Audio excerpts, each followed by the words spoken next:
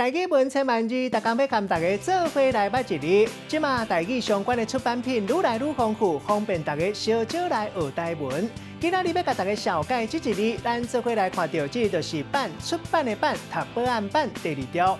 古早台语字典解释讲，这个版本的意思是破开；那现代字典解释讲，这个版是印刷用的样式，顶面有倒的或者是刻的文字，也是图形，咱讲是排版。另外，报纸杂志的一面，咱讲是版面；头一面意思就是头版。若算册出几届单位，咱讲是初版、二版。另外，古早若是算册是倒一个年代出的，像咱讲宋版、东版。带大家做伙来小解这2个词。头一个读做翻版，照原来定印的版本，也就是翻印的版本。落尾嘛当讲是发生同款的情形。